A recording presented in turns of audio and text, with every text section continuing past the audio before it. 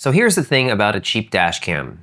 It looks fine right up until the moment you actually need the footage. Then you go to read the license plate that just hit you and it's a blurry white square, especially at night. And that's the whole reason a dash cam exists, and it's exactly where the budget ones fall apart. So let's go over the BOTSLAB G300 Plus 4K dash cam.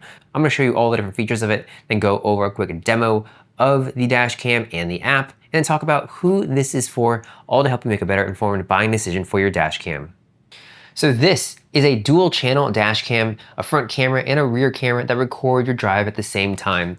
The front unit is a low profile wedge that sticks flat to your windshield. It's got a little 2-inch screen on the back of it, and it runs off USB-C power from your 12-volt outlet. And it comes with a rear camera, a 64GB memory card, the card charger, and a trim tool all in the box. So that's the basic idea. Let's get into what actually makes this thing stand out. Okay, so this is everything that is included. So of course you have the main camera here, and you have the rear camera right here.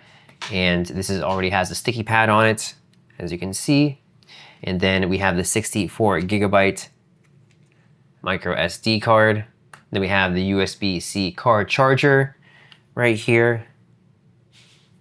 So here's the cable for it. USB-A goes into here. Okay, and this plugs into the device right here, into the USB-C slot, just like that. And then we have a couple of spare M3 pads right here. And then we have a little cloth to wipe off the camera and the screen on here, and then a little pry tool for hiding the wires.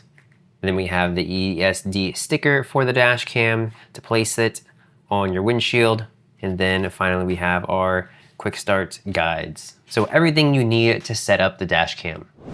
Okay, so right away, the design is the thing you notice. So instead of that bulky ball on a suction cup look, this is a flat wedge that sits tight against the glass. So you tuck it, up behind your rear view mirror, and it's honestly almost invisible from the driver's seat. So, you don't really see it while you're driving, which is really nice. So of course, the design here, you don't see that with many dash cams. This is much more of a unique dash cam. So you put this in your windshield, stick that up, and then you can see the little screen here when you're driving. And the build here is really solid too. It's a nice glossy finish on it. It doesn't feel cheap. And we have the lens here. Get a closer look at the actual lens, 4K. And it actually turns here, swivels. So no matter how steep, the rake of your, windshield is, you can angle it to sit at level. We have a look at the top here. So there's where the micro SD card goes. And right here is where the rear camera goes. And that's where we attached the little lighter charger. And then we look on the side here. Those are the buttons to adjust everything. So we'll go into the actual device here in a minute. Let's go over some of the features so you understand what you're getting with this dash cam. Okay, so this is one of the main features. It has a 4K Starvis 2 sensor and night vision. So the front camera here shoots true 4K. That's 3840 by 2160. So through a Sony Starvis 2 sensor. And the rear records in 1080p. So the 4K part means during the day, plates and road signs come out sharp and actually readable. But the sensor plus that f1.5 aperture up front is really about night. Cheap cameras get, blinded at night, headlights and street lights blow out and turn a license plate into a white smear. So this one pulls detail out of the dark areas while it tones down the bright spots. So you get footage you can actually, hand to an officer or an insurance agent. So the footage is really clear in the daytime, and the low light holds up better than you'd expect for something in this price range. Okay, and the front lens is 170 degrees wide, and the rear is 150. So what that means in practice is you're catching more than just what's dead ahead.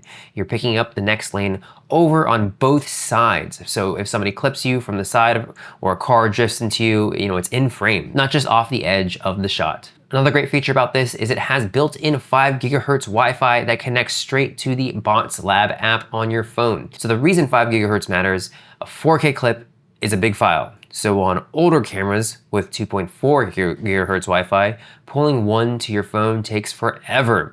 On this, the transfer is quick enough that you can stand at the side of the road and have the clip on your phone to show someone just in a few seconds. And in the app, you get the live view. You can flip between the front and rear camera instantly, download clips, and even trim and merge them together to share. And this also has hands-free voice control. So you can just say, take photo or video starts, and it does it without you ever taking your hands off the wheel or your eyes off the road. And there's a built-in GPS. That's quietly one of the most useful parts of this.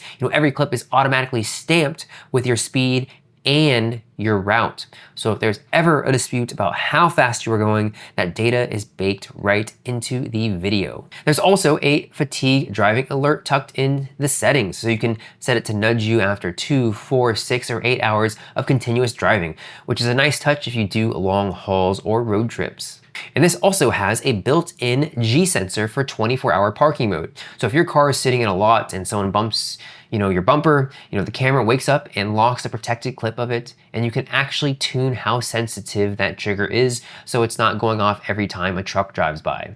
One thing to know here, and I want to be straight about it, to run parking mode while the car is fully off, you need constant power, which means buying BOTSLAB hardwire kits separately.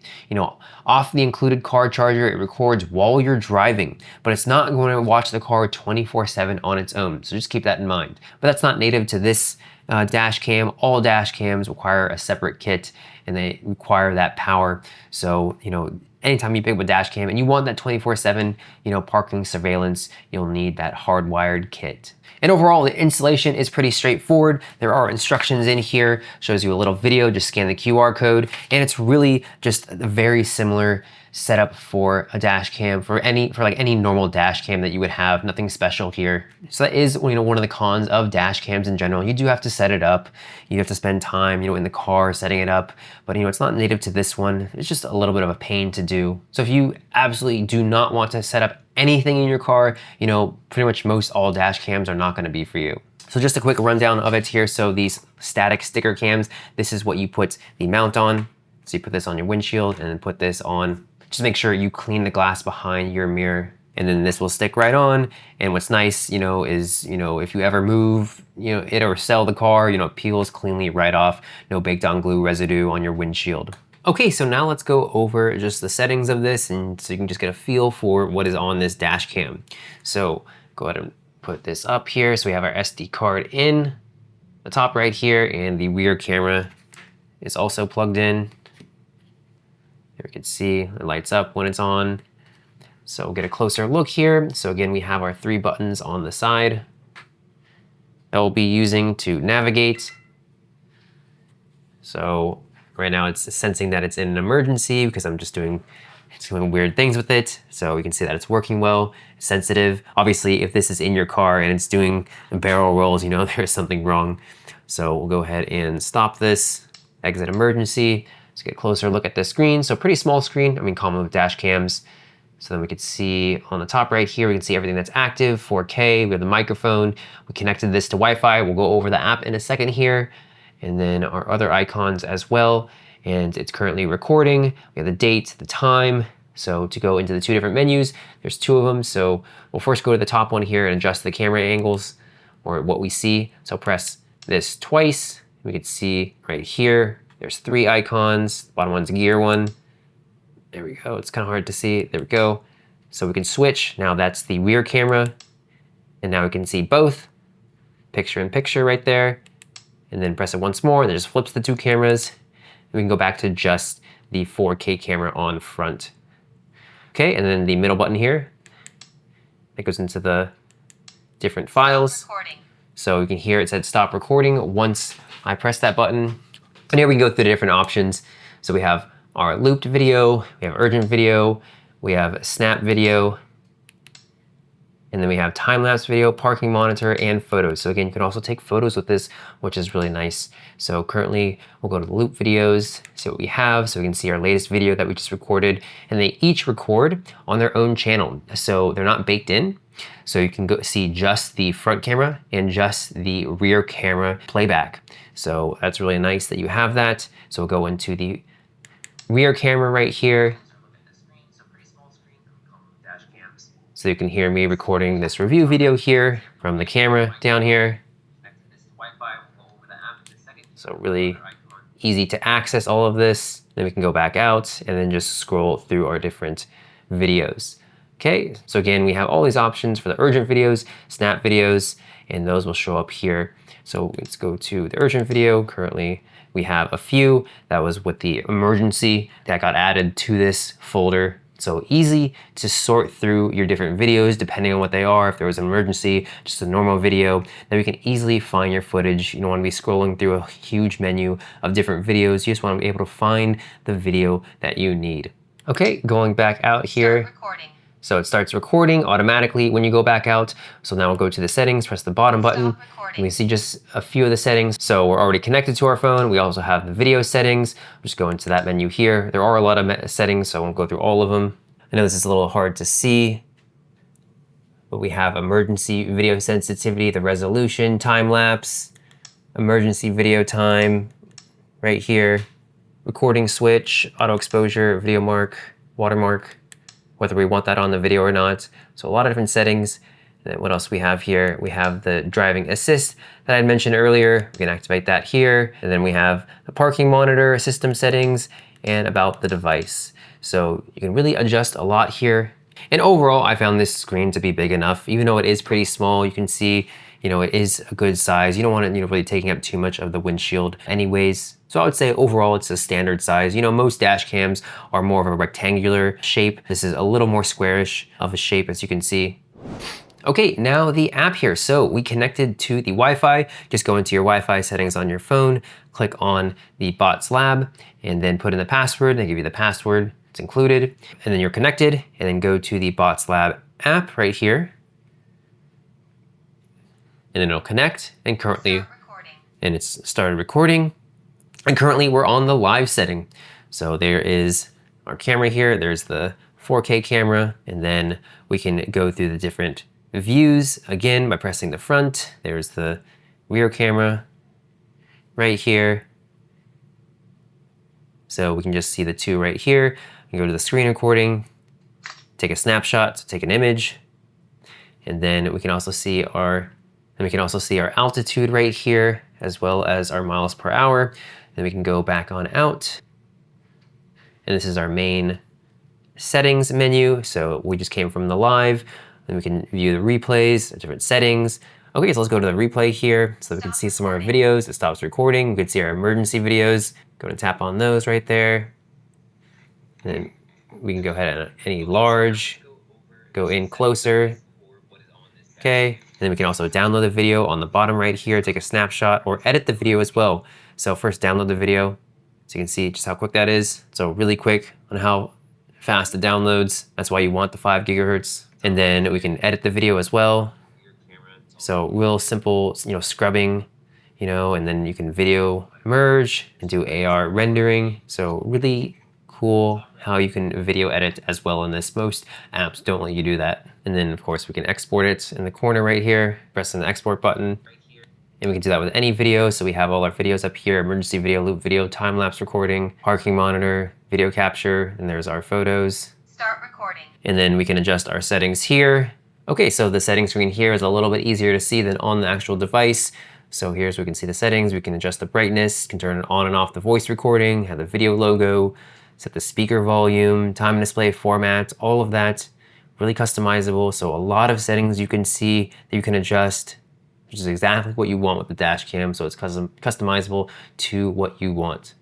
Okay, so just to see how well this does in lower lights, I know that this isn't the perfect comparison here, but I put the camera underneath the bed here. So I turned off the studio lights and it's a lot darker in here, and you can see it does really well. Go ahead and play the video. Start recording. So it looks pretty bright. It's a lot darker under there than that looks. And you can see really well under there. So it definitely works really well in lower light situations. So keep in mind that was just a demo of the lower light. It wasn't the actual night vision that this has. So this also does have night vision that kicks in. So who should get this? So really anyone who wants solid front and rear protection without overthinking it. If you're a daily commuter, this is the insurance peace of mind play. Clear evidence, front and back, if anything ever happens.